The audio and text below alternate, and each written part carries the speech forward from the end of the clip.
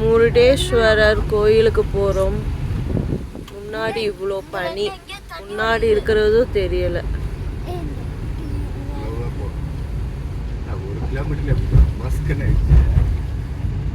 பாருங்க காய்ஸ் எப்படி இவ்வளோ பக்கம் வர்றது கூட தெரியல.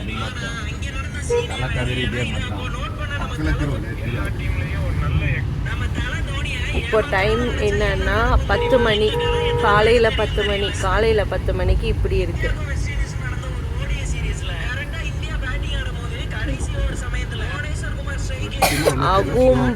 அகூம்பா அந்த ரோடு இந்த மாதிரி இருக்கு பாருங்க. முருடேஸ்வரர் போயிட்டு இருக்கோம், அங்க அப்படி இருக்கு.